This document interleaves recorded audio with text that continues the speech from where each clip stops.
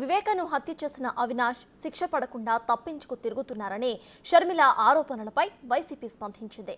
Case దర్యాప్తులో ఉండగా అవినాష్ ను ఎలా నేరస్తుడు అంటారని వైసీపీ నేత వాసిరెడ్డి పద్మ ప్రశ్నించారు.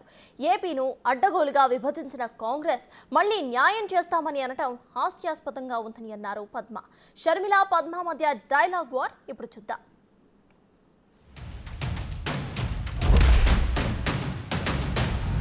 రెడ్డి గారు అధికారం ఇస్తే అధికారాన్ని వాడుకొని హంతకుల్ని కాపాడుతున్నారు ఈ రోజు జగన్మోహన్ రెడ్డి గారు. కాబట్టే ఈ రోజు అవినాష్ రెడ్డి అనేవాడు దోషైనా కూడా ఈ రోజు వరకు కూడా శిక్ష పడకుండా తిరుగుతున్నారు. కనీసం ఒక్క రోజు కూడా జైల్లో గడపలేదు. 5 సంవత్సరాలు అయిపోయింది చనిపోయి. హత్య చనిపోలేదు, చంపారు. చనిపోలేదు, చంపారు. 5 సంవత్సరాలు అయింది చంపేసి. ఈ రోజు వరకు కూడా ఒక్క రోజు కూడా జైల్లో గడపలేదు. కేవలం జగన్మోహన్ రెడ్డి గారి అధికారాన్ని అడ్డు వేశాడు. కాబట్టి అధికారంతో బీజేపీతో పొత్తు పెట్టుకున్నాడు. బీజేపీతో అక్రమ పొత్తు పెట్టుకున్నవాడు జగన్మోహన్ రెడ్డి గారు. బీజేపీ పార్టీకి బానిసగా మారిన వాడు జగన్మోహన్ రెడ్డి గారు. ఆ బీజేపీతో ఉన్న ఆ పొత్తు కోసమే ఈరోజు అవినాష్ పొత్తు వల్లనే ఈరోజు అవినాష్ అనేవాడు ఇంకా యథేచ్ఛగా బయట తిరుగుతున్నారు. మరి ఇలాంటి వాళ్ళకు బుద్ధి చెప్పాల్సిన అవసరం లేదా?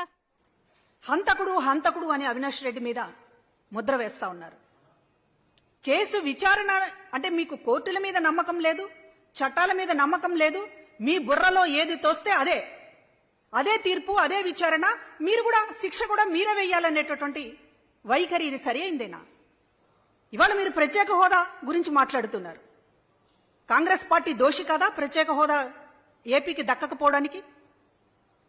విభజన చట్టంలో ప్రత్యేక హోదా పెట్టకుండా అసలు రాష్ట్రాన్ని విభజించడమే చాలా అన్యాయంగా, అంటే ఒక రాష్ట్రం గాలికి పోతే పోయింది, రాజకీయంగా తనకు ప్రయోజనాలు దక్కితే చాలని ఆ రోజు కాంగ్రెస్ పార్టీ భావించింది నిజం కాదా? ఆంధ్రప్రదేశ్ మీద ఒక కక్ష గట్టి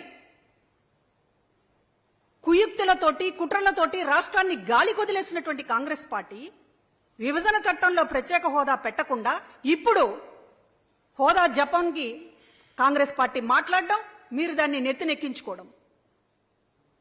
రాజకీయాల కోసం అటు జాతీయ పార్టీగా ఉన్నటువంటి కాంగ్రెస్ పార్టీ, ఇక్కడ మీరు కూడా ఇవాళ రాజకీయం కోసం మాట్లాడుతున్నారు.